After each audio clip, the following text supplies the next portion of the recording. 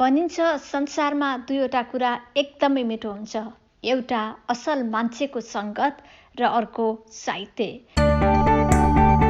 दर्शकबिन नमस्कार अनि स्वागत छ यहाँलाई यहाँहरूकै आफ्नै च्यानल एमएल अनलाइन टिभीमा। आजको यस श्रृङ्खलामा हामी यहाँलाई नासा आन्माको 16औं संयुक्त सम्मेलनमा अन्तर्राष्ट्रिय नेपाली साहित्य समाजले आयोजना गरेको साहित्यिक कार्यक्रम अर्थात् कविता प्रतियोगिताका केही दृश्यहरू, केही प्रस्तुतिहरू र केही झलकहरू प्रस्तुत गर्नेछौँ। विभिन्न कारणले गर्दा कार्यक्रममा उपस्थित भएर कविता वाचन गर्न नसक्ने कविहरूको लागि भने जुम प्रविधि सहायक सिद्ध भएको थियो र 11वटा कविताहरू प्रतियोगितामा समावेश गरिएको थियो र कविता प्रतियोगिताको मूल्याङ्कन समितिमा भने अन्तर्राष्ट्रिय साहित्य समाजका पूर्व अध्यक्ष तथा साहित्यकार ज्ञानेन्द्र गदाल, बोर्ड अफ ट्रस्टीका सल्लाहकार तथा साहित्यकार सीता पाण्डे र डाक्टर चिरञ्जीवी भट्टराई रहनुभएको थियो।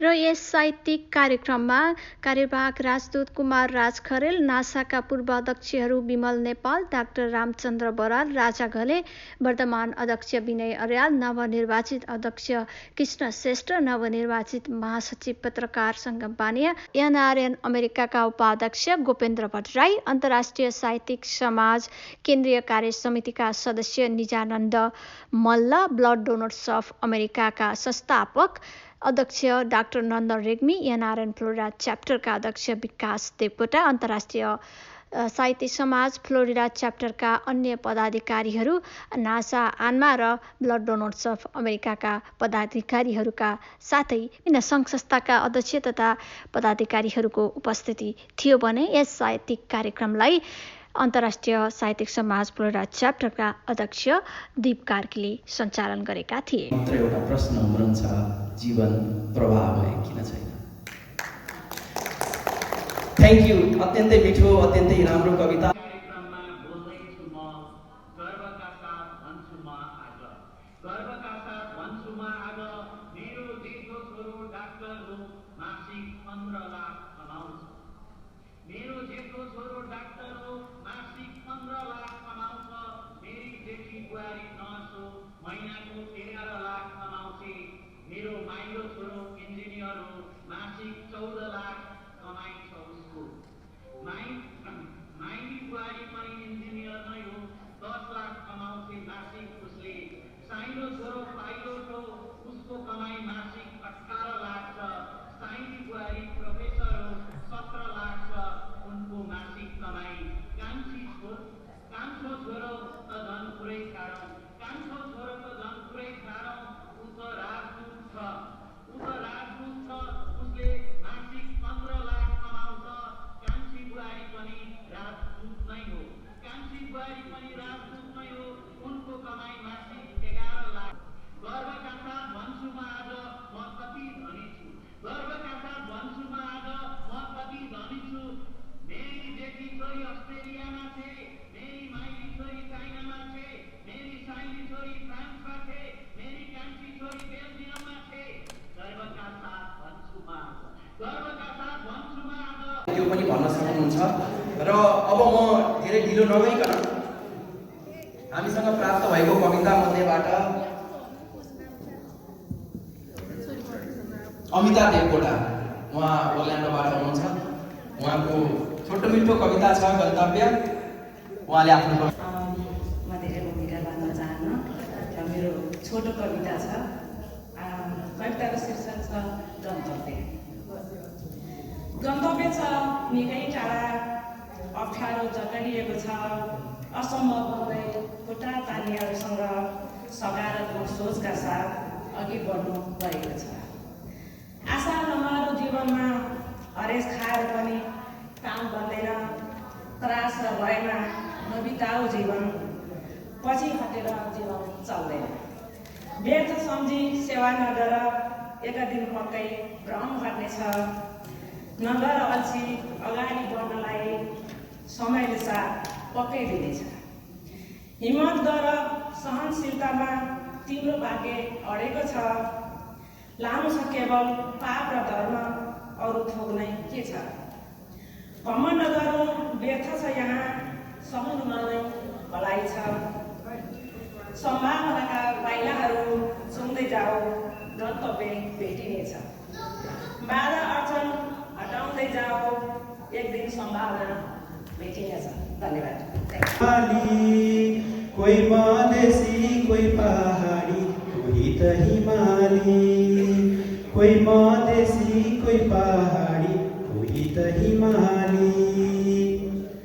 यताको चलन उताको चलन मिल्दैन कसैले, यताको चलन उताको चलन मिल्दैन कसैले। चलाउँदा चलन राम्रो नै हुन्छ जहाँसुकै बसे नि, चलाउँदा चलन राम्रो नै हुन्छ जहाँसुकै बसे नि। निधारमा रातो टल्कने टिका गर्वले लगाउँछु, निधारमा रातो टल्कने टिका गर्वले लगाउँछु। नेपाली हामी नेपाली बोल्छौँ यसैमा रमाउँछौँ, नेपाली हामी नेपाली बोल्छौँ यसैमा रमाउँछौँ, नेपाली हामी नेपाली बोल्छौँ यसैमा रमाउँछौँ। धन्यवाद। छोराले पढेर सक्यो, काम पाउँदैन हजुर। अहिले गाउँमा कुनै युवा छैन, देशमा जागिर पनि छैन, बनिया गर्दैन, ट्र्याक्टर चलाउन पनि मान्दैन, भन्छ धेरै पढेको छु। अहिले गाउँमा कुनै छन् जो छन् डिप्रेसनमा छन्, दिमागले उपज गर्दैन हजुर। त्यसैले छोरा विदेश पठाउनु छ। नभए एउटा जागिर देऊ न त सरकार, नभए एउटा जागिर देऊ न त सरकार। न तिमीले नोकरी दिन सक्यौ, न तिमीले नोकरी दिन सक्यौ, न त मैले उसको बिहे गर्न सकेँ। न तिमीले नोकरी दिन सक्यौ, न त मैले उसको बिहे गर्न सकेँ। इलम बिनाको हजुर केटी कसले दिन्छ र, इलम बिनाको हजुर केटी कसले दिन्छ र। त्यसैले छिट्टै विदेश पठाइहालौँ हजुर। म त बुढो मान्छे, केही जाने छैन, बरु कमिसन कति लाग्छ। म त बुढो मान्छे, केही जाने छैन, बरु कमिसन कति लाग्छ। कट्ठा बेच्छु हजुर, कट्ठा बेच्छु हजुर। उसले टाढा भए पनि, टाढा पनि कहाँ भनेछ र, उसले टाढा पनि कहाँ भनेछ र। त्यही साउदी कतार त हो, उसले टाढा पनि कहाँ भनेछ र। त्यही साउदी कतार त हो, जहाँ युवा बेचेर तपाईँ नाम कमाएछ हजुर, जहाँ युवा बेचेर तपाईँ नाम कमाएछ हजुर। मेरो रामकिशोर खाडी जाँदा मलाई धेरै खुसी लाग्छ नि, मेरो रामकिशोर खाडी जाँदा मलाई धेरै खुसी लाग्छ नि। तपाईँलाई पनि त फाइदा हजुर। रेमिटेन्स थपिन्छ, बन्द व्यापार बढ्छ, चिल्ला गाडीको किनबेच खुब बढ्छ हजुर। पठाइदिउँ हजुर। अरू बाँकी गाउँका जति छन् सबै पठाइदेऊ, बेटियाहरू पनि पठाइदेऊ। गाउँका गाउँ केही नराखौँ, तपाईँको तलब भत्ता पनि त चलाउनु छ। गाउँका गाउँ केही नराखौँ, तपाईँहरूको तलब भत्ता पनि त चलाउनु छ। सरकारको साह्रै चिन्ता लाग्छ हजुर। केही गरी सबै युवाहरू फर्कियो भने, मलाई त सरकारको साह्रै चिन्ता लाग्छ हजुर। केही गरी सबै युवाहरू फर्कियो भने, बाहिर जाने क्रम रोकियो भने कसरी बाँच्नुहुन्छ, के खानुहुन्छ हजुरहरू। रेमिटेन्सबाट विकास बजेट घट्छ, विकास बजेट कम हुन्छ, विकास बजेट घटे के जीवनार गर्नुहुन्छ। खैर मेरो छोरा पठाइदिउँ न हजुर छिट्टै। अर्को साल त छोराको बिहे हुन्छ, तपाईँ पनि आउनुपर्छ हजुर, रमाइलो गर्नुपर्छ। हेर्नुहोस् न हजुर उसको माताहारी, हेर्नुहोस् न हजुर उसको माताहारी साह्रै रोगी छिन्। दिनभर इट्टा भट्टीको काम, त्यसैले पहेँलिएकी, अनुहारमा खुन छैन हजुर। के गर्नु, खान पुग्दैन। पोता नदेखि मर्छु कि भन्ने डर पालेकी छे। बेचेको यही कट्टा छ, बेचेर भए पनि छोरा पठाउनु छ हजुर।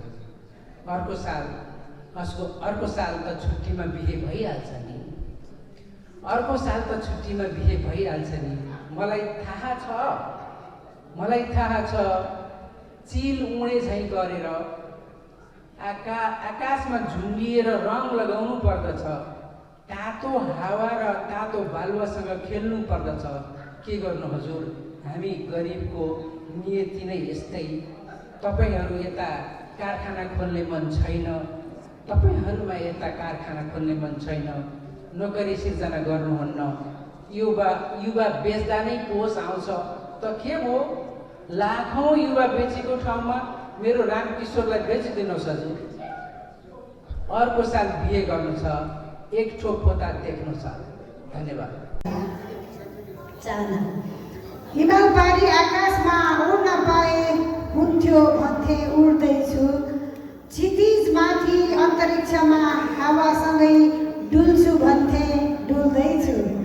हिमाल पारी आकाशमा उड्न पाए हुन्थ्यो भन्थे उड्दैछु, क्षितिज पारी अन्तरिक्षमा हावासँगै डुल्छु भन्थे डुल्दैछु।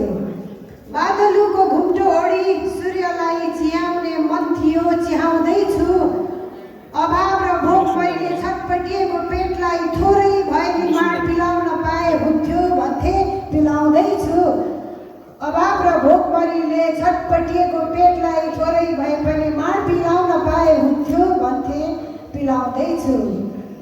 मुटुभित्रको न्यानो मायाले सबैलाई सद्भाव दिन्छु भन्थे दिइसके, जतिसुकै आँसु झरे नि घुटुक्क घुड्को पिउँछु भन्थे पिइसके। मुटुभित्रको न्यानो मायाले सबैलाई सद्भाव दिलाउँछु भन्थे दिइसके, जतिसुकै आँसु झरे नि घुटुक्क घुड्को निल्छु भन्थे निलिसके। जाडोमा कठाङ्गेर थरर कामेको शरीरमा न्यानो कम्बल ओढाउन सकु भन्थे ओढाउँदैछु। जाडोमा कठाङ्गेर थरर कामेको शरीरलाई न्यानो कम्बल ओढाउन सकु भन्थे ओढाउँदैछु। पृथ्वीको भार सम्झी आफूलाई आत्महत्याको चक्कुले रेट्नेहरूलाई बाँच्न सिक्नुपर्छ भन्थे भन्दैछु। देशका सिमानाहरू त केवल मान्छेले बनाएका हुन् नि, झगडा केमा र किन? देशका सिमानाहरू त केवल मान्छेले बनाएका हुन् नि, झगडा केमा र किन? त्यसभन्दा माथि उठेर जन्मभूमिको पूजा गर्छु भन्थे गर्दैछु। देशको असल नागरिक र देशको सेवक हुँ भन्दै देशको ढिकुटी रित्याई अरूलाई मार्ने दानवहरूलाई मानवको सर्वनाम दिनुहुन्न भन्थे भन्दैछु। देशको ढिकुटी रित्याई अरूलाई मार्ने दानवहरूलाई मानवको सर्वनाम दिनुहुन्न भन्थे भन्दैछु। हे विवेकहीन महिषासुरहरू हो, सत्य युगको स्थापना भइसकेको छ। यहाँ दैत्य र दानवको ठाउँ छैन, असत्य र हिंसाको काम छैन। यहाँ दैत्य र दानवको ठाउँ छैन, असत्य र हिंसाको काम छैन। तुच्छ वचन कसैलाई नलगाऊ भन्थे तीतो सत्यको पक्षमा छु। अत्यधिक मत भए नि असत्यतिर पक्ष लिन्न भन्थे सत्यमा नै छु। अत्यधिक मत भए पनि असत्यको पक्ष लिन्न भन्थे सत्यमा नै छु। लैङ्गिक समानताको नारा लिएर मात्र होइन, काम गरेर देखाऊ। घर घरमा लक्ष्मी देवीको पूजा साथै सरस्वतीको पनि नाम ल्याऊ। लैङ्गिक समानताको नारा दिएर मात्र होइन, काम गरेर देखाऊ। घर घरमा लक्ष्मी देवीको पूजा साथै सरस्वतीको पनि नाम ल्याऊ। ब्रह्मा विष्णु र महेश्वरको आराधना पनि गर्न बिर्सेर हुन्छ। ब्रह्मा विष्णु र महेश्वरको आराधना गर्न बिर्सेर पनि हुन्छ। देवताहरू स्तब्ध छन् मुक्तिको प्रतीक्षामा। देवताहरू स्तब्ध छन् मुक्तिको प्रतीक्षामा। धन्यवाद। औरापन छ, तिम्रो चुलो बल्छ, अन्नपानी चल्दैन त रगत किन चल्छ, रगत किन चल्छ। सम्पूर्णमा नमस्कार। म रूपेश राई, घर जिल्ला सिराहा गाउँबाट सकुवानन्द कारकटी, वार्ड नम्बर 3 मिर्जापुर र म डिप्लोमा इन कृषि बाली विज्ञानमा अध्ययनरत छु र म विगत 2 वर्षदेखि साहित्य क्षेत्रमा कार्यरत छु। मेरो कविता यसरी सुरु हुन्छ। सदाको छोरो कर्ममा लाग्छु अर्थोक जान्दिन, सदाको छोरो कर्ममा लाग्छु अर्थोक जान्दिन, जात र पात छुवा र छुट पटक्कै मान्दिन। पहिले हेर्थे कलुवा भन्थे दबिए दबाउँथे। हो प्रियसी तिमीले ओछ्याएको गजरामा, हो प्रियसी तिमीले ओछ्याएको गजरामा हाम्रो बच्चो उफ्रन्थ्यो हात खुट्टा फालेर, तिम्रो थोत्रो साडीले मोरेको थाङ्नामा मुस्कान्थ्यो गालामा डिम्पल पारेर। तर नयाँ सुकेका छन् आज उसका मांसपेशी, करमका हाडहरू देखेर र हेरेर गर्न सकिन्छ, करमका हाडहरू देखेर र हेरेर गर्न सकिन्छ। 80 वर्षे वृद्ध जस्तै भएको छ शिशु आज। हो प्रियसी, हो प्रियसी हाम्रो याक्साले बदलेन रूप कहिले। कर्मभित्र बेछन्द बन्दी छु तिमी अमातृत्वको नशामा भुल्यौ कसरी। आऊ आऊ पहराको भिडमा टहरोभित्र आत्मआलोचना गरौँ एक फेरि, आत्मआलोचना गरौँ एक फेरि। के गहिरो सागरमा कुनै गहिरो सागरमा डुबुल्की मारेर खोजिएको खजना जस्तै, कुनै गहिरो सागरमा डुबुल्की मारेर खोजिएको खजना जस्तै पवित्र बहुमूल्य थियो प्रेमको स्पर्श। प्रविधिले युग र युगले आधुनिकता बोकेपछि, प्रविधिले युग र युगले आधुनिकता बोकेपछि गुलाबको सुगन्ध भेटिन छोड्यो प्रस्तावमा। आशीर्वाद सुनिँदैन एक बिहानै परिवारमा, आशीर्वाद सुनिँदैन एक बिहानै परिवारमा। कुनै मात्र एउटा प्रश्न उम्रन्छ, जीवन प्रवाह भए किन छैन। Thank you. अत्यन्तै मिठो, अत्यन्तै राम्रो कविता। मैले अघि नै नाम लिएँ, सुरुमा हामीले नाम लिएका थियौँ तर उहाँको इलामबाट र हाल चाहिँ युएमा कार्यरत छु। म डाइरेक्टली कवितातर्फ लागेँ। मेरो कविताको शीर्षक रहेको छ माटोको स्पर्श। अन्तिम पटक देउरालीमा बिसाएर सपनाको झोला, अन्तिम पटक देउरालीमा बिसाएर सपनाको झोला लाएर थकाइको सुसेली ढोगिदिए दुई निर्जीव ढुङ्गाहरूलाई र माग्न थाले मनभरिका भाकलहरू। मलाई पर्खिरहेको घामले अबेरको सङ्केत दिन थाले, मेरो विदाईको प्रतीक्षा गरिरहेको बतासहरू रिसाइ गरी हतारिएर बर्किन थाले। मलाई अन्तिम पटक आफ्नो नयाँ सुनाउन चराहरू रुँदै रुँदै चिर्वी ढाका गाउन थाले, तीव्र गतिका खोलाहरू निराशिँदै सुस्ताउन थाले। बस्दैको गुण एक्कासी भत्काइएपछि, खाँदैको चारा जबरजस्त खोसिएपछि, भुरुर उडेका यी चराका बथानहरू घाँस र बाँसको खोजीमा कहाँ पुगे होला यति बेला। सीमा पारीको धमिलो आकाशमा जुन थाहा पाए पश्चात हठात बढेको रक्तचापले हुनेछ मालिकलाई हृदयका अनि ढल्नेछ कहिल्यै नहुने गरी। त्यतिखेर यिनै चराहरू मात्रै हुनेछन् बोकेर पुर्याउन नदीको किनारसम्म र गरिदिन मालिकको शब्द। हस्, धन्यवाद।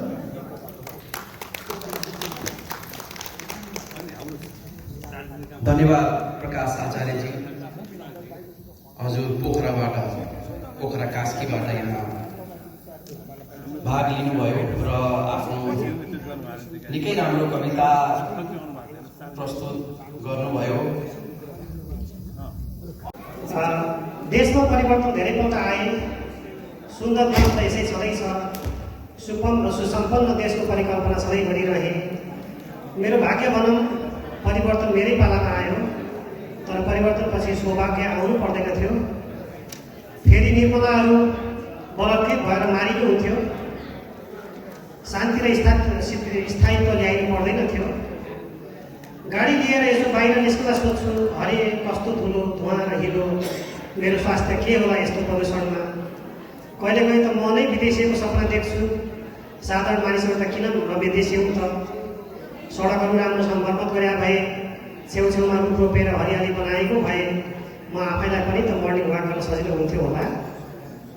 लोड सेडिङ हटाउँदा कुलमान नायक भएको बेला देश जसले मान बनाएको भए म पनि त महानायक हुन्थ्यो होला। स्वास्थ्य र शिक्षा जनताको अधिकार हुन्थ्यो होइन, हो भने गरिब र धनीले लिने शिक्षा फरक हुनुहुन्थ्यो। स्वास्थ्य उपचार पाउन यति असहज हुनुहुन्थ्यो, गोविन्द केसीहरू पटक पटक सत्याग्रह बस्नु पर्थ्यो। म आफैले हिजो त्यसैको लागि लडेको होइन र आफैले जनतालाई भन्दै हिँडेका कुरा म आफै उदाहरण भएर गर्न पर्दैन थियो। गरिब र असहायको हक हितमा आफूलाई समर्पित गरेको भए म पनि त रातारात मान आएको हुन्थ्यो होला नि।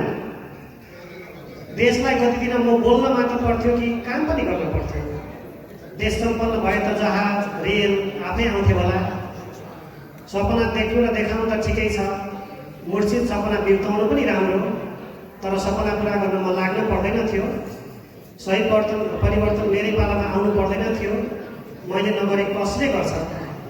मैले देश बनाउनु पर्ने बेलामा कतै मेरा नजिककाहरू मात्रै पो बने कि?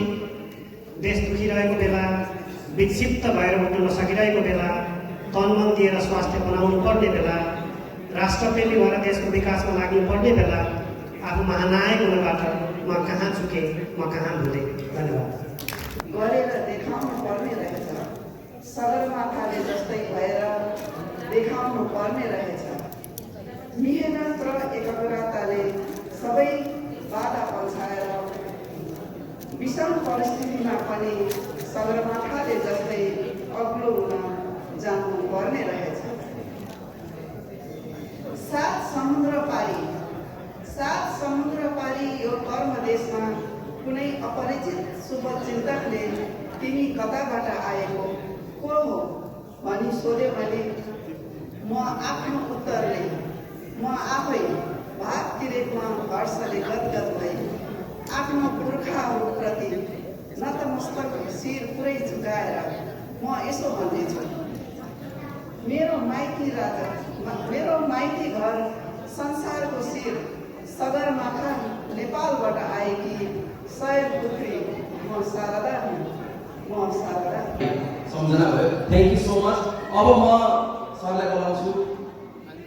सर कविता रामबराल, डाक्टर रामबराल सर, हजुर आएर कविता वाचन गरिदिनुहोस्। हजुरले मलाई कविता पनि दिनुभएको छ। Thank you so much.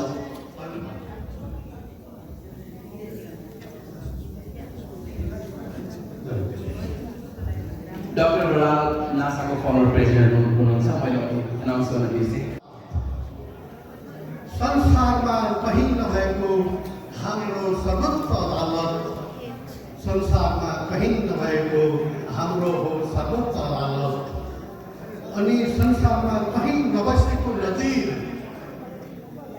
संसारमा कहीँ नबसेको नजिर बसेको छ हाम्रै सर्वोच्च अदालतमा।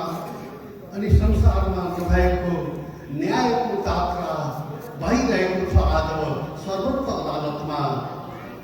संसारमा कहीँ नभएका वकिलहरूको जात्रा, संसारमा कहीँ नभएका काला कोटीहरूको जात्रा भइरहेको छ हाम्रै सर्वोच्च अदालतमा। अनि संसारमा कहीँ नभएको नजिर सर्वोच्चमा 19 न्यायाधीशहरूले हडताल गर्दछन् इजलास नबस्ने गरी, न्यायको ढोका आफैले छुन्दछन् इजलास नबस्ने गरी। यही छ हाम्रै देश नेपालमा। अर्को छ, यो कविताको शीर्षक छ गर्नु धेरै छ समय छोटो छ। गर्नु धेरै छ समय छोटो छ। एक पिता थागो जत्तिकै लामो यो जिन्दगी, कहीँ पनि छिन्न सक्छ चालै नपाइकन, कहीँ पनि छिन्न सक्छ चालै नपाइकन। लाजवन्ती झार जस्तै छ यो जिन्दगी, सुनासा टक्रक्कै पर्दछ लाजै नमानिकन। जङ्गलको सोत्तर जस्तो यो जिन्दगी, मरेपछि भकाबाको ओछ्यान बनिदिन्छ यो जिन्दगी। अनि मलाई एउटै अवसर छ, यहाँ गर्नु धेरै छ तर समय थोरै छ। स्टोरी यो कलियुग यस्तै हो, मानिसको त के कुरो। यो कलियुग यस्तै हो, मानिसको त के कुरा। भगवानले पनि अन्याय नै गर्दा रहेछन्। एउटा निर्दोषमाथि वज्र चलाउनु, बनी बनाऊ उसको घर हलाउनु, अल्प मायुमै उसको जीवन हर्नु, घर परिवारमा रुवापासी पार्नु, के यो न्याय हो त? यहाँ कैयौँ गलत काम गर्नेहरू बाँचिरहेछन्, यहाँ हजारौँ अनैतिक काम गर्नेहरू हाँसिरहेछन् र लाखौँ बलात्कारीहरू भ्रष्ट आचरण बोकेर नाचिरहेछन्। बिचरा उसले के गर्यो त्यस्तो अपराध र उसैको प्राण हर्यो।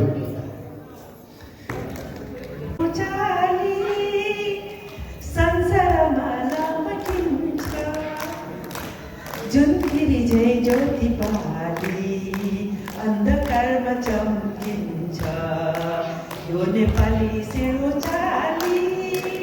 भाका नमिले पनि तपाईँले मिलाउनु होला है त। अनि म अर्को है त, म दुई लाइन मात्रै, धेरै टाइम लिँदिनँ, जति रेडी हुन्जेलसम्म होइन। बसन्त नै बस्न खोज्छ यहाँ लाएर, यो हो मेरो प्राणभन्दा प्यारो माइती घर माइती घर माइती घर। बसन्त नै बस्न खोज्छ यहाँ लाएर, यो हो मेरो प्राणभन्दा प्यारो माइती घर माइती घर माइती घर। पहराले यो छाती मेरो बगेको छ पहराम। रगत मेरो याद आएन, सरी, थ्याङ्क यू। मैले त्यति मात्र। हामी बिच नतिजा छिट्टै आउँदैछ। त्योभन्दा अगाडि म एउटा अन्तिम कविताको लागि विकास देवकोटा सरलाई बोलाउन चाहन्छु, उहाँ यदि यहाँभित्र हुनुहुन्छ भने। चन्द्र झुल्कियो, चन्द्र झुल्कियो मजेरी चकमन्न टुकी जलाए। चन्द्र झुल्कियो मजेरी चकमन्न टुकी जलाए। आफैलाई भाष छैन, घर भन्नु माया रहेछ, मायालुकै आश छैन। यो अमेरिकी परिप्रेक्ष्यमा लेखेका कविता हो है। घर भन्नु माया रहेछ, मायालुकै आश छैन। चोखो माया दिए भन्थ्यौ विश्वास कतै छाडी गयो। चोखो माया दिए भन्थ्यौ विश्वास कतै छाडी गयो। मुटुभित्र बास दिए गेरा उन्तै सारी गयो। मुटुभित्र बास दिए गेरा उन्तै सारी गयो। कुदकुते वैश छँदै उत्साहले प्रेम गरे, कुदकुते वैश छँदै उत्साहले प्रेम गरे। माया प्रेमको उमङ्गमै घर छाडी डेरा सरे। माया प्रेमको उमङ्गमै घर छाडी डेरा सरे। फुल्यो कपाल तिमीसँग विरतीको खेलमा परे। फुल्यो कपाल तिमीसँग विरतीको खेलमा परे। छाडी गयो पर तिमी माया प्रेमको जालै तोडी। छोडी गयो पर तिमी माया प्रेमको जालै तोडी। प्रेमको भाव उठाउने त मुटु मात्रै हुँदो रहेछ। प्रेमको भाव उठाउने त मुटु मात्र हुँदो रहेछ। दिलको माया टुटाउने त बैगुनी पो हुँदो रहेछ। दिलको माया टुटाउने त बैगुनी पो हुँदो रहेछ। तिमीबाट नाता अब आजै सार्न चाहन्छु म। तिमीबाट नाता अब आजैबाट सार्न चाहन्छु म। भइगयो अब प्रेमका कुरा टाढा हुन चाहन्छु म। भइगयो अब प्रेमका कुरा टाढा हुन चाहन्छु। नमस्कार, धन्यवाद। ल, अन्तर्राष्ट्रिय नेपाली साहित्य समाजलाई यदि कविता पाठ गर्न दिनुभएकोमा आभार व्यक्त गर्दै बिदा हुन्छु।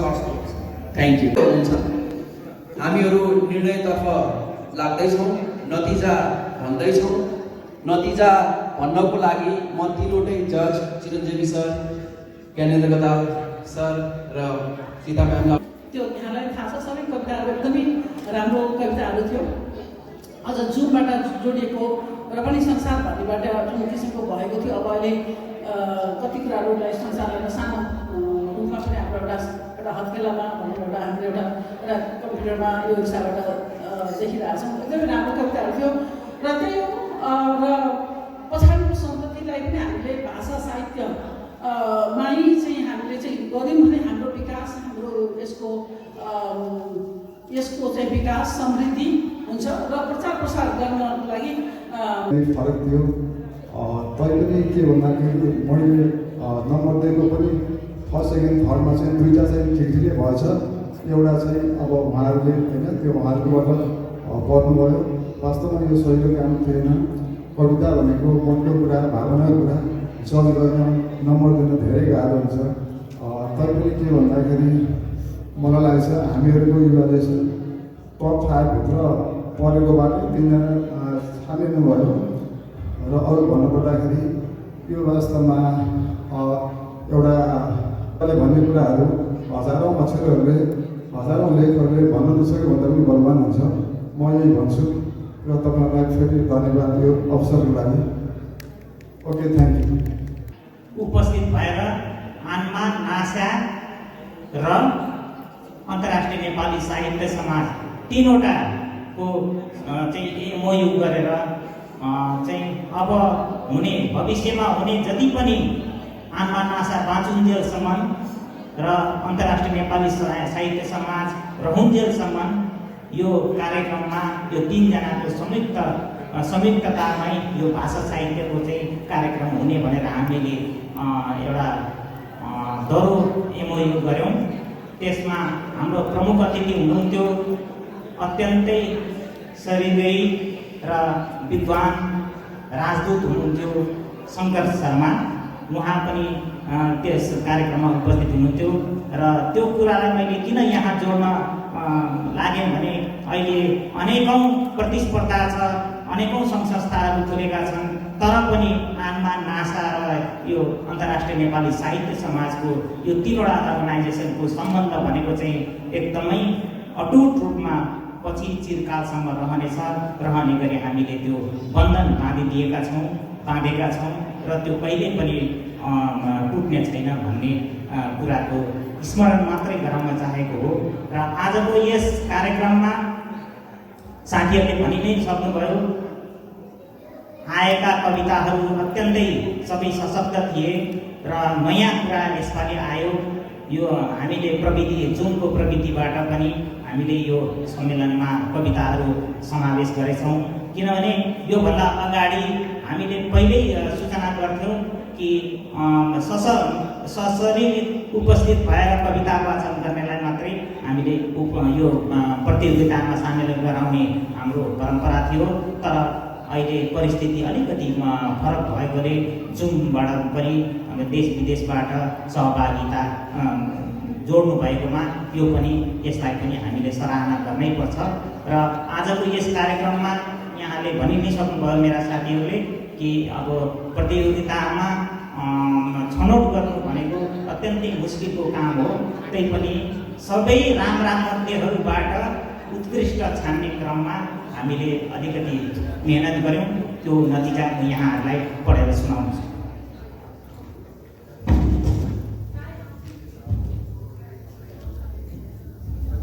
जम्मा जुमबाट हामीलाई प्राप्त भएका 6वटा कविताहरू थिए र यहाँ उपस्थित भएर वाचन गर्नुहुने जम्मा 5वटा कविता, जम्मा 11वटा कविताहरू मध्येमा हामीले 3 जनाको ले दिएको अङ्कलाई जोडेर हामीले निकालेको नतिजा अनुसार तृतीय स्थानमा 2 जनाको नाम जुधेको छ, 2 जनाको अङ्क जुधेको भएर 2 जनालाई हामीले त्यसो घोषणा गरेका छौँ। तृतीय हुनुहुन्छ डम्बर वकिल र चेत भट्टराई र द्वितीय स्थानमा पर्नु भएको छ डाक्टर अमर कार्की र प्रथम स्थान आजको 11वटा कविता मध्ये सर्वोत्कृष्ट ठहरिएको छ श्री रोशन तिमल सिन्हाको कविता। र यहाँहरू 4 जनालाई हार्दिक बधाई तथा शुभकामना दिन चाहन्छौँ। भविष्यमा नेपाल र नेपालीको बारेमा गम्भीर चिन्तन मनन यिनै भाषा साहित्य कला संस्कृति मार्फत उजागर हुन्। यहाँहरूको प्रतिभा क्षमता अझ वृद्धि भएर जाओस्। हार्दिक मङ्गलमय शुभकामना। यहाँहरूलाई थाहा नै छ, हामीले कविता प्रतियोगिताहरूको आयोजना गरेका थियौँ। आजको हामीसँग धेरै प्रतियोगी हुनुहुन्थ्यो। प्रतियोगी कविहरूलाई हामीले प्रमाणपत्रको व्यवस्था गरेका छौँ र जो प्रतियोगी कविहरूले प्रथम स्थान, दोस्रो अथवा प्रतियोगितामा पोखरा नेपालका रोशन तिमिल सिन्हा प्रथम, फ्लोरिडाका डाक्टर अमर कार्की द्वितीय र काठमाडौँ नेपालका डमर बिकेल तथा नर्थ क्यारोलाइनाका चेत भट्टराई तृतीय भएका थिए भने र प्रतियोगितामा प्रथम, द्वितीय र तृतीय हुनेहरूलाई क्रमशः 300, 200 र 100 अमेरिकन डलर नगद पुरस्कार सहित प्रमाणपत्र पनि प्रदान गरिएको थियो भने अन्य प्रतियोगीहरूलाई प्रमाणपत्र मात्र वितरण गरिएको थियो। दर्शकवृन्द, आजको एपिसोड यहाँलाई कस्तो लाग्यो? हामीलाई आफ्नो प्रतिक्रिया दिन नभुल्नुहोला र हाम्रो च्यानललाई लाइक, शेयर, कमेन्ट र सब्स्क्राइब गरिदिनुहोस्। जहाँ हुनुहुन्छ, जस्तो हुनुहुन्छ, स्वस्थ रहनुहोस्, खुसी रहनुहोस्। नमस्कार, बाई बाई।